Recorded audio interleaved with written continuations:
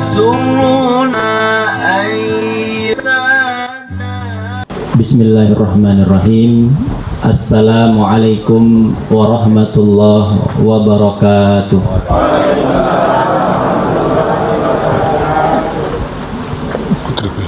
Alhamdulillahi rabbil alamin. Wassalatu wassalamu ala asyrafil anbiya'i wal mursalin. Ashhadu an la ilaha illallah wahdahu la syarikalah al-wa'dal amin. Allahumma salli wa sallim ala Muhammadin wa ala ali Muhammad kama sallaita ala Ibrahim wa ala ali Ibrahim innaka Hamidum Majid. Qala Allah Ta'ala fi kitabihil azim wadhkurullaha katsiran la'allakum tuflihun. Ay kama qala Allah Ta'ala alladzina yadhkuruna Allah qiyaman wa qu'udan wa ala junubihim. Surah Al-Imran 190-191. Yang saya hormati Ketua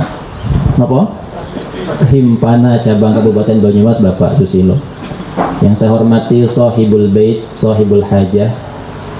Yang saya hormati para jamaah, bapak-bapak, ibu-ibu, singkatnya rahimani wa rahimakumullah. Kita panjatkan puji syukur atas karunia Allah yang telah berikan kesehatan dan kesempatan. Alhamdulillah pada pagi hari yang cerah ini Allah berikan kita taufik dan hidayahnya, kita bisa duduk bermuhajahah kembali. Dan saya ingat sebelum Covid dulu sekitar 4 tahun yang lalu saya pernah ngisi di sini, di tempat yang sama dan tidak seramai ini kayaknya. Ini udah ramai ya, alhamdulillah. 2 kali, mungkin ini yang ketiga kali kalau tidak salah loh. Ya. Alhamdulillah kita bertemu kembali setelah masa pandemi ini begitu lama, dan kemarin sudah diakhirkan oleh Bapak Presiden ya, sudah ditutup, sudah tidak ada PPKM lagi katanya ya. Alhamdulillah kita bisa dengan leluasa menjalankan kegiatan-kegiatan baik keagamaan, sosial, kemasyarakatan dan lain-lain. Yang kedua, sholawat salam kita haturkan kepada keharibaan baginda Nabi besar Nabi Yuna Muhammad sallallahu alaihi wasallam, di mana beliau telah memberikan kita begitu banyak pelajaran, terkhusus pelajaran Islam. Nabi Muhammad sebagai agen Allah, Nabi Muhammad yang membawa syariat Allah, sehingga kalau kita manut kepada baginda Nabi Yuna Muhammad SAW itu artinya kita mengikuti setiap perintah Allah Subhanahu wa Ta'ala. Oleh karena itu kita berusaha untuk saling ingat mengingatkan. Seandainya ada kesalahan, mari kita luruskan. Seandainya ada yang sudah benar, mari kita tingkatkan, yaitu motivasi kita ya, kita tingkatkan ghirah kita untuk terus belajar talibul ilm. Karena salah satu cara terbaik untuk mendapatkan jannah dan Allah berikan jalan keluar menuju surganya adalah dengan menuntut ilmu. Makanya kata Allah Subhanahu wa Ta'ala ya, melalui hadis Nabi, hadis Nabi Rasulullah SAW mengatakan, man ijtama'a qaumun fi baitin min buyutillah, orang yang berkumpul di rumah-rumah Allah, fi baitin min buyutillah, di salah satu rumah Allah, di mana saja, baik itu musholla terdekat kita, masjid terdekat kita, yatluna kitaballah, lalu dia membaca Al-Quran, wa yatadarasunahu bainahum, lalu dia belajar, mengajarkan atau belajar Al-Quran tersebut, atau berdiskusi tentang nilai-nilai Al-Quran tersebut ya.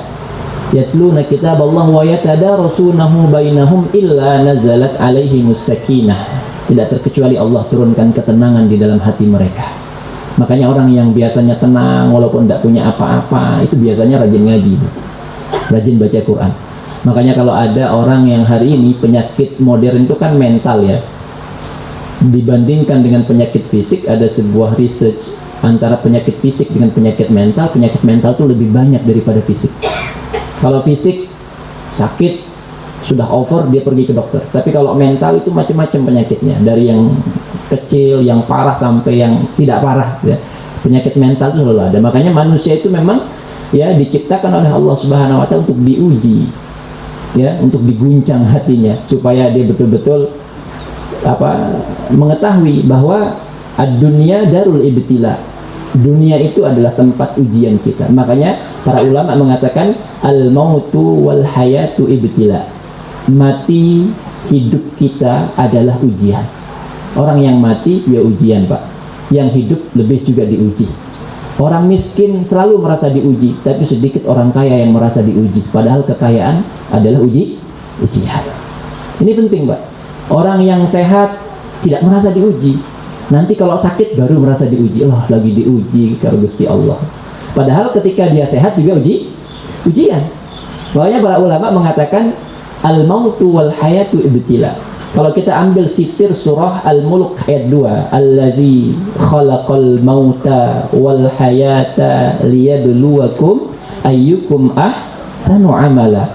Allah yang menciptakan mati, Allah yang menciptakan hidup. Ya, alladzi khalaqal mauta wal hayata liyabluwakum ayyukum ahsanu amala. Untuk apa?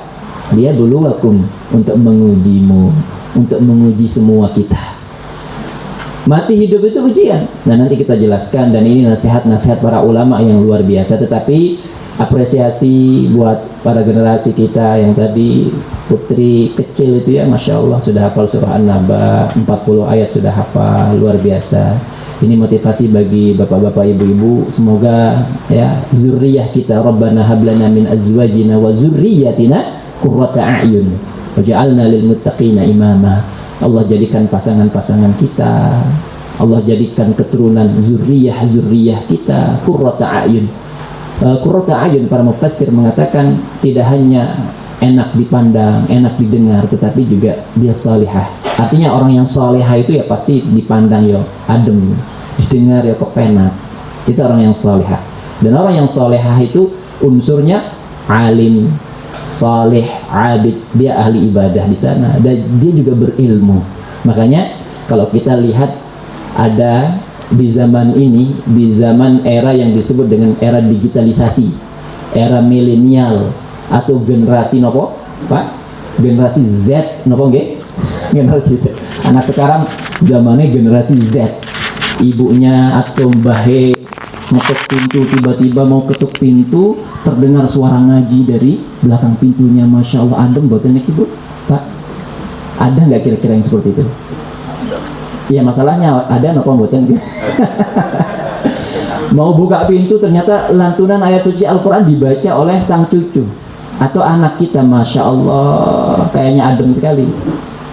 Ngerti? Ketika kumpul keluarga, ya, pada khusyuk berbicara, temu kangen, tidak ada yang repot sibuk bermain HP sendiri. Masya Allah, ini qurrata a'yun.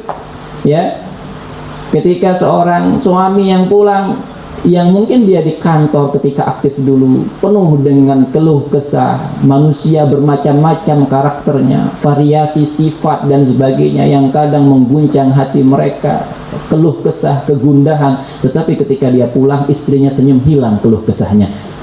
Enak betul nih ibu? Apa? Oh, nopo nambah masalah gitu. Mboten lah, malah diomehi katanya.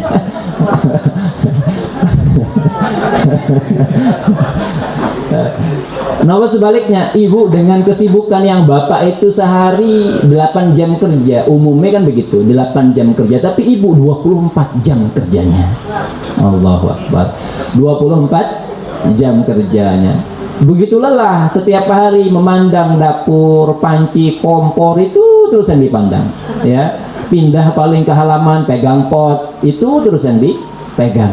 Sehingga ketika suaminya pulang, hilang kepenatannya. Masya Allah, ini yang disebut dengan qurrata a'yun. Makanya doa kita, ya, doa para orang-orang soleh terdahulu, Rabbana hablana min azwajina wa dzurriyyatina qurrata a'yun. Dan saya berharap generasi-generasi seperti putri yang tadi, Masya Allah, mudah-mudahan banyak, ya, khususan di Banyumas ini. Dulu waktu 2009 saya masih di sini, belum ada rumah-rumah tahfiz, belum ada pesantren-pesantren tahfiz yang semarak hari ini. 2009, 2010 belum ada, 2011 belum. ketika Al-Irsyad sudah mencari guru-guru ke NTB sana, guru-guru tahfiz untuk betul-betul memperkuat, memperbanyak, ya apa istilahnya, asatiz yang mumpuni di dalam bidang Quran untuk dakwah Quran, dan mulai sudah banyak generasi-generasi yang muncul. Dan hari ini kita rasakan, hari ini bertebaran katatib, kutab, katatib itu bahasa Arab nggih, tempat-tempat gitu ya, tempat-tempat pendidikan Al-Quran bertebaran.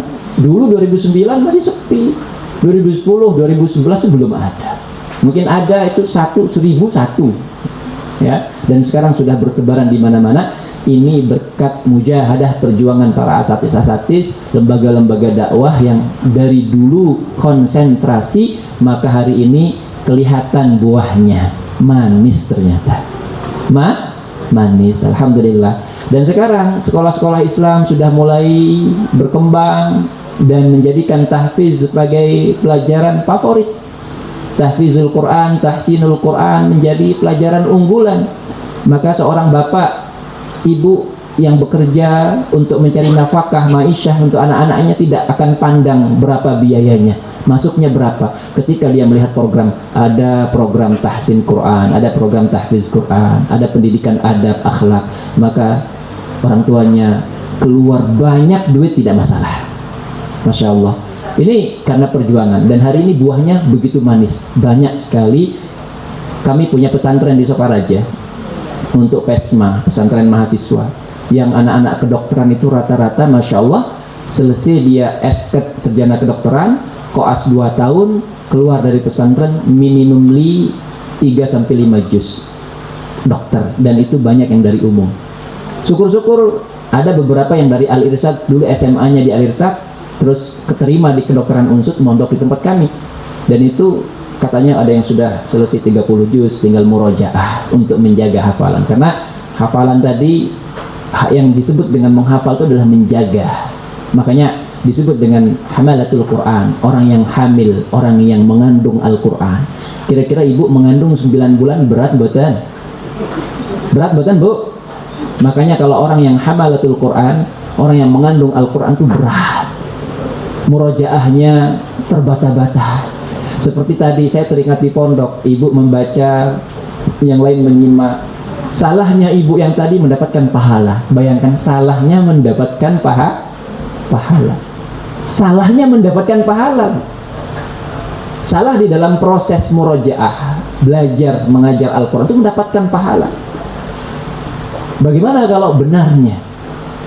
Makanya ada alasan orang-orang yang saya takut salah kalau belajar Al-Quran, jadi nggak berani baca Quran, karena kalau salah katanya dosa. Ini salah paham dia. Ini salah paham. Justru orang yang berproses di dalam belajar membaca Quran, salahnya dapat pahala. Iya, dapat pahala, Masya Allah, karena mujahadahnya, perjuangannya yang dia tidak malu di usia yang seperti ini, tidak malu membaca Quran, tidak malu belajar Quran itu Masya Allah. Maka kata seorang ulama mengatakan, thalabul ilm asyaddun, menuntut ilmu itu berat. Menuntut ilmu itu berat. Dan tahap yang kedua, menghafal ilmu itu lebih berat lagi. Ngerti nggih? Dan tahap yang ketiga, mengamalkan ilmu itu yang paling berat. Bayangkan, itu yang paling berat, mengamalkan. Jadi tidak hanya menghafal, juga menanamkan nilai-nilai peradaban yang luar biasa yang sesuai khuluqul Quran, akhlaknya Al-Quran. Ketika Aisyah ditanya kaifa khuluqur Rasul, bagaimana akhlak Nabi, Aisyah menjawab khuluqun Nabi, khuluqur Rasul, khuluqul Quran, yakni akhlaknya sebagaimana Al-Quran. Nah, karena kalau orang yang menghafal Quran itu Masya Allah, dia dimuliakan oleh Allah. Hidangan terbaik itu adalah Al-Quran itu dari Allah. Dan orang yang menghafal Quran adalah ahlullah, keluarganya Allah. Nanti di hari kiamat, di mana semua orang tua berkumpul di hari itu, melihat ada orang tua yang dipanggil berjalan di atas mahliga yang begitu indah, digunakan, dipakaikan dia mahkota, yang mahkota itu kedau usyams, kata Nabi, terangnya, cahayanya sebagaimana cahaya matahari. Masya Allah. Dan semua orang tua di dunia itu cemburu. Mereka bertanya, siapa itu? Oh, itu adalah orang tua yang menghafal Al-Quran. Makanya jenengan berbangga, senang, bersyukur kepada Allah kalau ada cucu-cucu kita yang mungkin salah satu di antara keturunan kita harus ada yang menghafal Quran. Ya, kalau kita punya warisan banyak, harta banyak, tanah banyak, jual satu, sekolahkan dia ke Madinah, sekolahkan dia, itu investasi sesungguhnya. Ini investasi, jangan hanya investasi secara materialistik keduniaan, tetapi investasi orang yang cerdas itu sebagaimana yang dikatakan oleh seorang ja'ar rajulu minal ansor, datang seorang laki-laki dari kaum Ansor bertanya kepada Nabi, ya Rasulullah, ya, siapa mukmin yang paling baik? Ya, maka Nabi menjawab, mukmin yang paling baik adalah orang yang paling baik akhlaknya. Ya, dan siapa yang paling akyas? Siapa yang paling cerdas? Laki-laki itu bertanya kepada Rasulullah. Rasulullah menjawab, laki-laki yang paling cerdas adalah orang yang dia mengingat mati, artinya mengingat akhiratnya, mengingat kedepannya. Dia visioner gitu loh. Orang visioner tidak dalam masalah keduniaan saja, tapi visioner itu, cerdas itu, akyas itu, ulaikal akyas kata Nabi, itulah orang-orang yang cerdas, orang yang mampu bisa berpikir, ya, melampaui pemikiran-pemikiran orang yang cinta dengan dunia. Artinya dia berpikir akhiratnya. Kalau saya misalnya investasikan ini harta saya untuk cucu saya yang sekolah, dan dia misalnya pulang bisa mengamalkan ilmunya minimal untuk dirinya dan keluarganya, jenengan sudah dapat pahala yang mengalir. Kalau dia terpakai di masyarakat, Masya Allah, kemana-mana dia berdakwah misalnya, kemana-mana dia selalu menghafal, murajaah Al-Quran yang dia hafal, kira-kira jenengan ketika wafat nanti adem boten gitu? Adem, karena pahalanya mengalir. Ya, tanah kalau dibiarkan, investasi memang semakin mahal, tapi ingat, kita semakin tua, kita semakin tua, semakin tua manusia itu semakin hilang nafsunya untuk meraih dunia. Contohnya ini, contohnya orang yang di waktu umur muda makannya kepenak, tapi ketika sudah di atas 50 tahun sudah berubah, nikmatnya sudah dicabut oleh Allah, mulai dari gigi yang sudah rapuh, ya, ompong, kulit yang tadi seger hijau menjadi menguning dan mengkerut, keriput. Ngatan nggih? Leres nggih? Nggih. Makanya kata Allah menganalogikan manusia itu, ya, musfarra. Kalau jenengan lihat tumbuhan ini Pak, Bu, tanaman ini kalau masa Covid kemarin orang lagi senang berkebun, menanam. Kita bisa belajar dari tanaman yang Allah sebutkan di dalam Quran.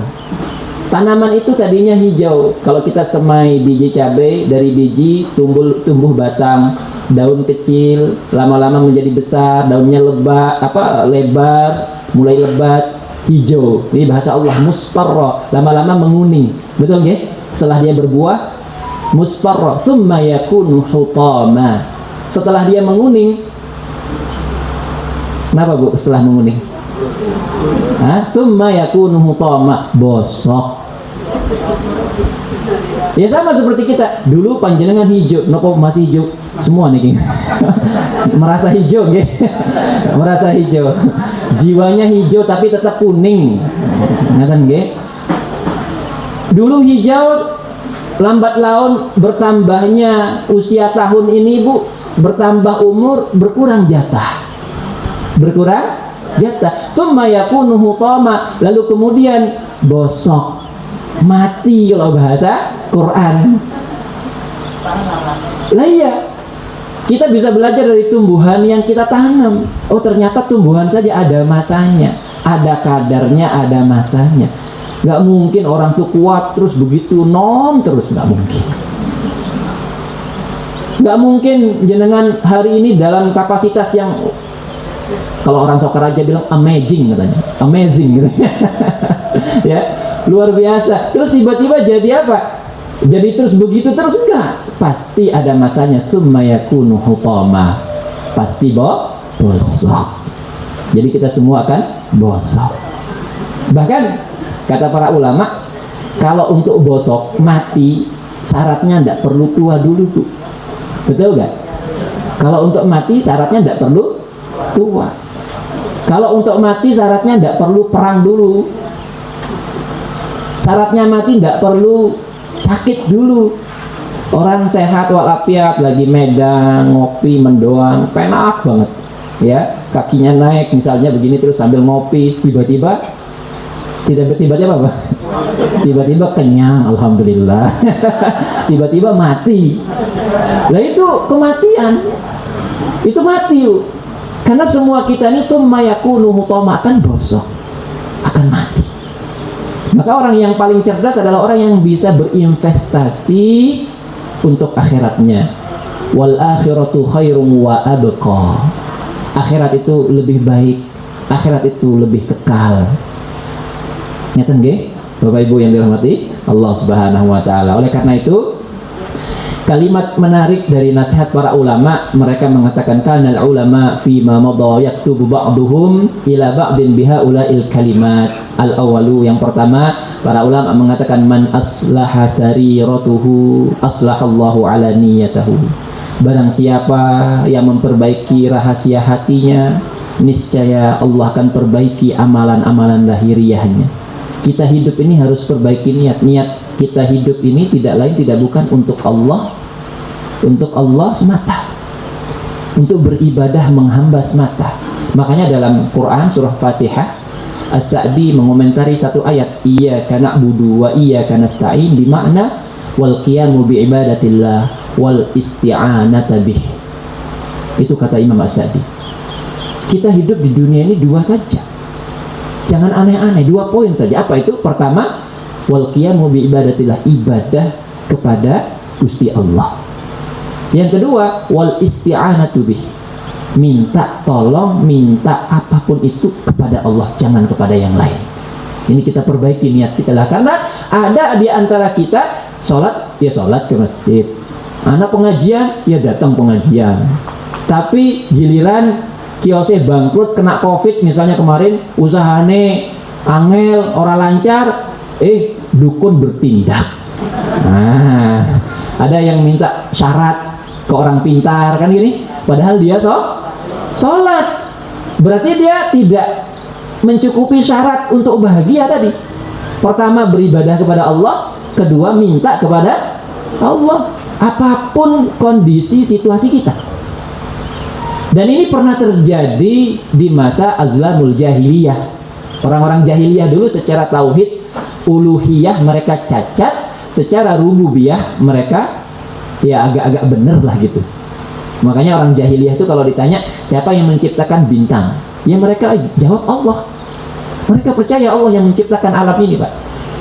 Tapi juga mereka percaya dengan Tuhan yang lain. Artinya kalau minta misalnya rezekinya seret, ya mintanya bikin sesajen, bikin tumbal apa, ya kembang 7 rupa, mandi dengan air ini di sekian kali. Begitu orang jahiliyah dulu. Tapi kalau ditanya, jenengan percaya mboten gunung ini diciptakan oleh Allah? Ya percaya. Kalau nggak percaya ya bodoh namanya. Begitu kata orang jahiliyah. Tapi kalau misalnya lagi dalam tanda kutip, dalam keadaan yang mungkin susah, sulit, sukar, seret, dia mintanya kepada siapa? Kepada selain Allah. Jadi secara rububiyah mereka percaya kepada Allah, tetapi secara uluhiyah mereka cacat.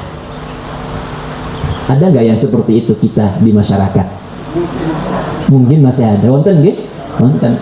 Angin besar, oh ini karena lautnya ngamuk, nyun sewu. Lautnya ini nggak terima karena kita jarang bersedekah ke laut. Lah ya kan? Padahal banyak orang, ya sesama manusia kita yang membutuhkan daging tersebut. Kenapa sih harus bersedekah kepada jin yang belum jelas? Kenapa yang sudah jelas membutuhkan kita tidak berikan? Nah ini kan pertanyaan-pertanyaan logis yang harus kita tanamkan di dalam hati kita agar kita ini salimul akidah, lurus akidah kita, sahihul ibadah, apik cara ibadah kita. Itu syaratnya. Makanya Syekh As-Sa'di mengatakan qiyamu bi ibadatillah, ibadah kepada Allah, mendirikan agama Allah ini, iqamatiddin, dan yang kedua jangan lupa isti'anahnya kepada Allah, mintanya kepada Allah. Nah ini, atau kadang-kadang kita, dan ini tipe yang kedua di era modern ini, kalau lagi punya masalah baru minta, tapi kalau lagi senang lali, lupa sama Allah. Ini juga ada yang seperti itu. Kalau punya masalah hutangnya akeh misalnya, ya Allah lunasi hutangku, tahajud. Tapi kalau sudah lunas, dia buru-buru tahajud. Kadang sholat wajib saja telat. Telat, berarti dia tidak konsekuen dengan janji dia, ikrar dia kepada Allah Subhanahu wa ta'ala. Karena hidup itu mudah, tidak sulit. Inna dina yusrun, agama itu solusi, agama itu kemudahan. Sholat itu solusi bagi kaum muslimin kita. Ya, kemarin Piala Dunia di Qatar tuh banyak yang masuk Islam karena dia takjub melihat kaum muslimin yang dipanggil oleh muazin. Karena di Eropa, di salah satu wilayah mereka di Eropa sana, ya, negara mereka tidak pernah mendengarkan azan katanya. Ketika nonton Piala Dunia di Qatar, dia mendengarkan azan 5 kali di dalam sehari. Dia penasaran, akhirnya dia mengunjungi Masjid Abdul Wahab itu yang di Qatar. Dia lihat masjidnya arsitektis banget pokoknya, estetik banget. Dia pertama dari sisi bangunan saja dia sudah suka, senang. Dia masuk ke masjid, Masya Allah. Dia dengar azan, dia tertarik dengan azannya. Terus pekan kemudian masuk Islam. Itu diberitakan di Al Jazeera, itu berbahasa Arab, berbahasa Inggris, diberitakan ada, ya, Masya Allah. Bayangkan Pak Bu, orang dengar azan saja luar biasa. Lah kita ini yang sudah muslim, nenek moyang kita muslim, dengar azan kadang-kadang orang peduli, iya tak? Sudah azan, urung komat iki lah Bu, belum komat, kan aneh. Orang yang nggak pernah dengar azan, sekali dengar azan langsung tersentuh. Kok kita yang setiap hari dengar azan kok nggak tersentuh, itu loh. Betul apa betul nih Pak? Ini kan masalah gitu loh. Ini penyakit kita, ini ada apa sebenarnya? Apa kita karena muslim kita keturunan gitu, nenek moyang kita muslim keturunan, sehingga kita kalah dengan muslim yang mu'alaf? Ya, bahkan muslim mu'alaf itu Pak, saya pernah di Nusa Dua di Bali selama beberapa tahun di sana, ya bersama teman-teman di sana, ya. Beberapa bule orang-orang Eropa ataupun Amerika tuh ada yang masuk Islam di Nusa Dua itu, di Masjid Ibnu Battuta tuh, mereka syahadat. Ketika ditanya, ya, apa yang membuat Anda masuk Islam? Yang paling besar memang faktor masuk Islam mereka tuh karena pernikahan. Tapi yang kedua karena pencarian mereka. Setelah mereka masuk betul-betul mereka tuh sholat dengan baik, nggak pernah telat, disiplin sekali, bahkan sampai bisa menghafal Quran. Bisa menghafal Quran, Masya Allah. Nah, ini kan salah satu kemudahan yang Allah berikan. Apalagi kita yang sudah muslim sampai tua, Allah pasti mudahkan. Janji Allah, orang yang mau belajar Quran Allah mudahkan. Cuman masalahnya kita kadang mau kadang enggak, itu saja masalahnya. Bagi siapa yang mau menghafal Quran Allah mudahkan, enggak lihat umur. Ulama di zaman dulu, ya, ada yang mulai menuntut ilmu di umur 40 tahun. Ada yang memulai menuntut ilmu di usia 50 tahun ada. Ada yang memulai di usia 35 tahun. Mungkin kalau 35 tahun sekarang sudah sibuk, sudah punya anak, udah capek, gaweannya akeh, ya, dan lain-lain. Padahal Masya Allah, ya, menuntut ilmu itu adalah merupakan perkara yang sangat dicintai oleh Allah Subhanahu wa ta'ala. Karena fardhatun ala kulli muslim. Dia fardhah untuk ilmu agama, untuk ilmu yang sifatnya fardu kifayah, boleh iya boleh tidak, yang penting ada di antara kaum muslimin yang menuntut ilmu tersebut. Masya Allah. Nah, ini. Terus yang kedua, kata para ulama, yaitu waman aslaha ma bainahu wa bainallah aslahallahu ma bainahu wa bainan nas. Barang siapa yang memperbaiki hubungannya dengan Allah, Allah akan perbaiki hubungannya dengan sesama manusianya. Kalau kita mungkin punya hubungan dengan manusia yang kita sudah minta maaf, ini bla bla bla, dan ada hubungan yang susah untuk diperbaiki, maka perbaiki, dekati diri kita dengan Allah, taqarrub ilallah. Kalau kita sudah baik dengan Allah, relasi kita lurus, cinta kita penuh kepada Allah, Allah akan memperbaiki hubungan kita. Yang maha membolak-balikan hati itu bukan manusia, tapi Allah. Percaya betul? Kalau kita sudah mentok urusan apapun, maka kembalikan kepada yang maha mempunyai urusan tersebut. Ya Allah, mudahkan urusan kami. Ya Allah, kami menangis bersimpuh di hadapanmu. Salat kita khusyuk, ngaji tadarus, derasnya banyak. Kadang ada sebuah riset ini Pak, nyun sewu, Orang kalau di HP mampu sekitar 5-7 jam di layar HP atau di layar komputer dalam sehari. Bahkan ada sebuah research yang lebih spesifik, umur orang 30 tahun ke atas itu rata-rata mereka bermedia sosial itu 5-7 jam. Betul nggak kira-kira? Betul nggak kira-kira? Karena bangun tidur yang dicari HP, mau tidur yang dicari HP. Pak, coba di miss calling Pak, HP ini di sih gitu. Kan gitu kan? Ya. Masya Allah. Nah ya, makanya tidak salah research itu, karena itu yang Masya Allah ya. Saya pernah juga mengkaji beberapa pengajian tentang media sosial, yang dimana media sosial itu dia punya alat di dalam itu namanya algoritma machine learning. Ya, algoritma machine learning. Dia itu lebih cerdas daripada kita. Jenengan buka apa di Google, di YouTube sebulan yang lalu mungkin kita sudah lupa, betul. Tapi dia nggak pernah lupa. Kalau yang jenengan suka buka machine learning, algoritma ini tuh berjalan, bekerja, it works. Dia bekerja itu mengingatkan kita, ini loh yang jenengan suka, dia rekomendasikan, betul nggak? Betul nggak? Dia rekomendasikan. Yang biasa jenengan buka pengajian, yang direkomendasikan pengajian terus. Ini loh ini. Tapi kalau yang kita buka misalnya dalam tanda kutip hal-hal yang tidak dibolehkan, maksiat, maka yang direkomendasikan maksiat semua di situ. Itu pinternya Google itu. Makanya hati-hati. Nah itu yang kalau dalam research penelitian itu yang membuat orang tuh addicted, kecanduan. Karena dia sistemnya random. Sistemnya kalau TV kan beda, saluran TV itu aja acaranya, betul nggak? Mungkin karena sudah adanya parabola, adanya TV kabel itu, TV kabel sudah agak mending. Kalau dulu TV membosankan, dan TV kabel pun hari ini sangat membosankan. Sudah orang berpindah ke HP ini, setan gepeng makanya itu. Nah di YouTube itu menggunakan apa? Dia sistem random. Jenengan buka beda, digeser lagi beda, membuat kita lebih curiosity, penasaran. Buka lagi terus nggak terasa ternyata sudah 3 jam, betul nggak? Sudah 3 jam pun nanti mau tidur, padahal jangan tidak tidur siang tadi. Nanti malam buka karena senangnya, yang dibuka Facebook lah. Udah buka penasaran, lihat status orang, meratap di situ, kan begitu? Itu kerjanya. Twitternya belum lagi, belum Instagramnya, berapa media sosial yang ada di HP kita. Ya, makanya kemarin ada ibu yang bertanya, mana lebih baik kita ngaji dengan mushaf langsung atau HP? Saya jawab mushaf lah. Walaupun HP itu sebagai alternatif, bukan tidak bagus, tetapi setannya banyak di situ. Bagaimana tidak? Om kita lagi baca misalnya surat As-Sajdah tadi, Alif Lam Mim, notifikasi Instagramnya datang. Si fulan minta berteman, buka Instagram, nggak jadi ngaji. Setannya wakeh. Itu loh maksudnya. Makanya kita hubungi saja Allah. Hubungan kita dekati yang betul-betul dekat kepada Allah.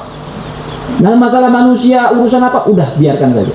Ya, kalau memang sudah mentok, kita dekati Allah. Yang terakhir, wa man 'amila li ukhratihi kafahullahu amra dunyahu.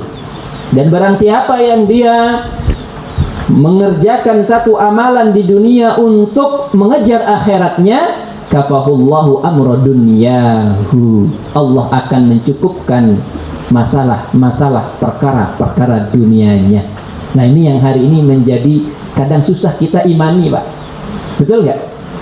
Kita susah untuk betul-betul percaya ketika kita niatkan semua apapun hidup kita ini untuk Allah, kafahullahu amra dunyahu. Allah mudahkan urusan dunia kita. Karena hari ini kita kadang terlalu terlena dan terlalu indah di dalam mencari dunia, dan kita pun niatnya karena dunia sehingga dapatnya dunia saja.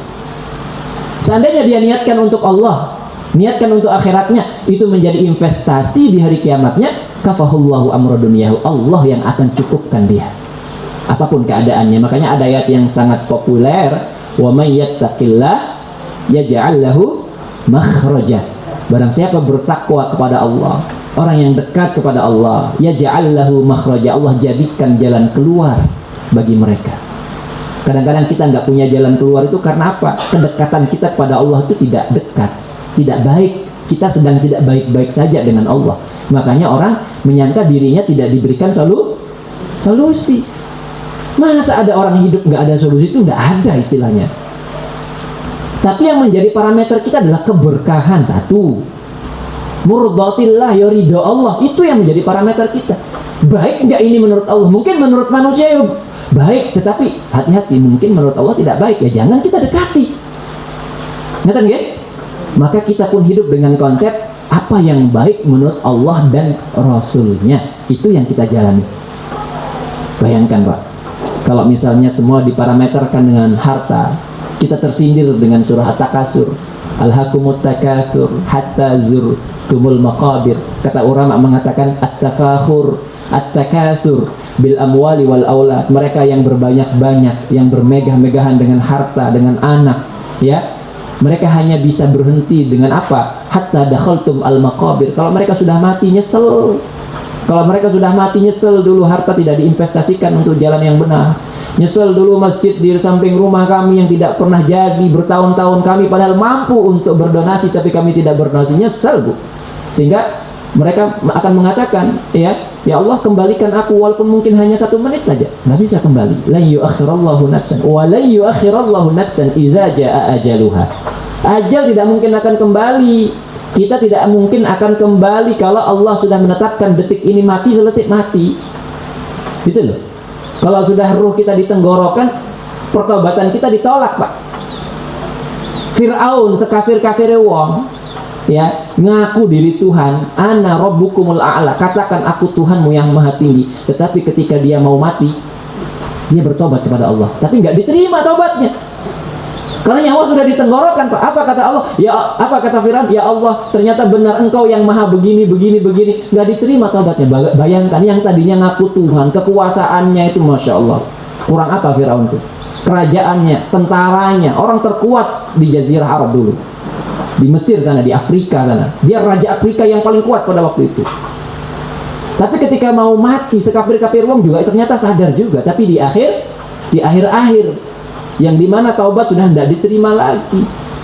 Itu loh. Nah kalau kita makanya kan baru bangun tidur tuh selalu bersyukur kepada Allah. Alhamdulillahilladzi ahyana ba'dama amatana wa ilaihin nusyur.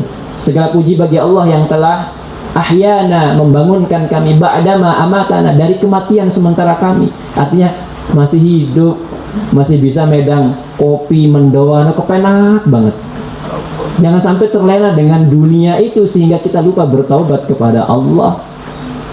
Ini, okay? Makanya kalau kita yakin investasi yang kita lakukan di dunia ini untuk Allah, untuk akhirat, kafahullahu amra dunyahu. Allah yang akan menanggung dunia kita. Jangankan kita yang bertakwa Pak, orang-orang yang gila saja, Allah tanggung kok. Berjalan dari ujung Sokaraja sampai ujung Batu Raden, itu orang gila-gila tuh, tapi masih hidup aja. Makannya dari mana? Sehat aja, nggak kena COVID lagi.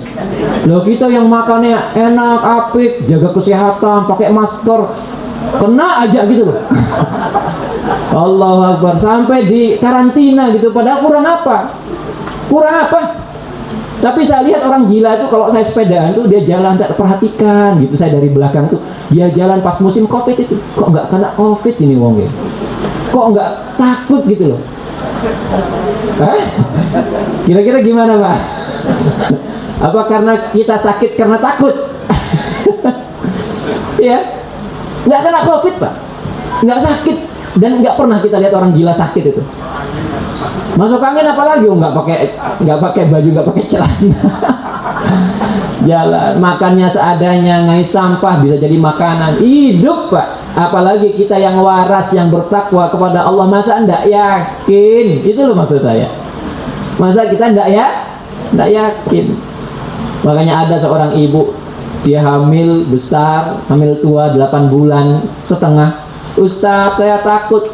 Yang ditakutkan opo? Saya takut nanti bayar di universitas kan sekarang UKT sudah mahal katanya. Bagaimana nanti kalau anak saya lahir dia UKT-nya pira ya Ustaz? Lah anak bilang TK urung ya, kok masih apa memikirkan UKT kuliah? TK saja belum, lahir aja belum saya bilang. Ini perumpamaan gitu loh. Manusia itu jangan seperti itu. Manusia itu ketika dia hidup, anak itu ketika Allah ciptakan lahir dari rahim panjang itu sudah dengan rezekinya, alamatnya masing-masing. Coba bayangkan Pak, nenek moyang kita, Papu Balok kalau bahasa Lomboknya itu ya. Nyinyik mama orang Padang ngomong tuh ya. Nyinyik mama kita itu dulu punya anak banyak-banyak, betul? 12 ke-11an ya, bisa main bola, 15 anaknya Pak, putranya. Kalau kita tanya, kami sekolah dulu gimana Mbah? Modalnya cuma sebidang tanah bisa sekolah kabeh kok Pak. Sekarang nyun sewu ya, anaknya belum TK saja sudah pusing, bingung. Mungkin keikhlasan orang-orang sekarang tuh makin berkurang. Kalau jenengan kan bukan orang sekarang. Kalau jenengan sudah orang dulu. Nah ya toh, kan bukan generasi Z gitu loh. Generasinya sudah beda. Ini yang kita bahas generasi sekarang. Generasi sekarang tuh nggak seperti orang dulu. Kalau kita dulu Pak, kalau saya kan tahun 80-an lah, masih kecil dulu, tahun 90-an masih kecil, 80-an 90, orang tua lewat ya kita takut lewat di depannya. Sekarang anak ya lewat aja. Betul? Beda Pak. Kalau ibu kita cuci piring di dapur ya, tepuk pundak ibu, Bu, saya saja yang nyuci piringnya. Sedih ibunya, nangis ibunya. Nah sekarang apa? Ditepuk pundak ibunya, Bu, nitip siji ya Pak. Mau kurang ajar gitu. Ya, ditepuk pundak ibunya nitip siji. Betul dong ya. Ya itu generasi sekarang Bu. Karena saya jurusan sosial, saya suka research, social experiment, social research itu sering Pak. Santri kami yang kadang-kadang masuk tahun ini dengan yang lebih dulu masuk, yang lebih dulu tuh, kalau yang agak dulu-dulu tuh lebih sopan. Tapi kalau yang anak-anak nyun sewu dalam tanda kutip, kadang kita lewat, ustadznya lewat aja meneng bae. Mau pulang ya diam aja, naik motor saja ngelihat aja enggak. Mengedukasi, mentarbiyah ya. Karena fungsi Islam itu islahu tarbiyah, memperbaiki pendidikan, memperbaiki sistem kemasyarakatan kita. Dan tidak semua adat istiadat itu salah. Dan Islam sangat menghormati itu. Kalau ada yang benar, ya kita jalankan. Kalau ada yang salah, ya jangan kita jalankan. Lalu begitu. Sama seperti dulu kalau di Jawa Barat itu anak perempuan keluar maghrib itu pamali katanya. Betul. Lalu sekarang pulang pagi ya, nggak pulang pagi nggak gaul katanya. Mutmainnan nafs, jiwanya bersih karena ada Al-Quran.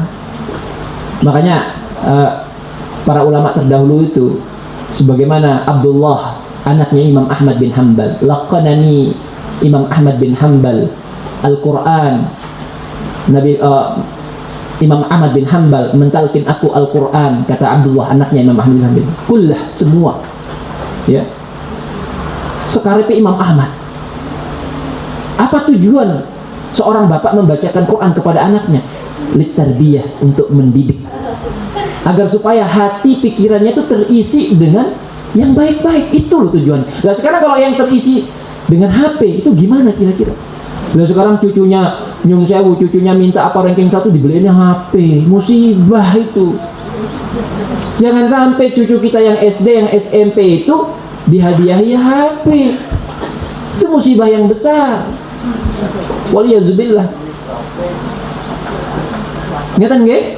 Hadiahi dia yang membuat fisiknya gerak, sepeda ya wajar. Sehingga dia sepeda mengayun, kuat fisiknya.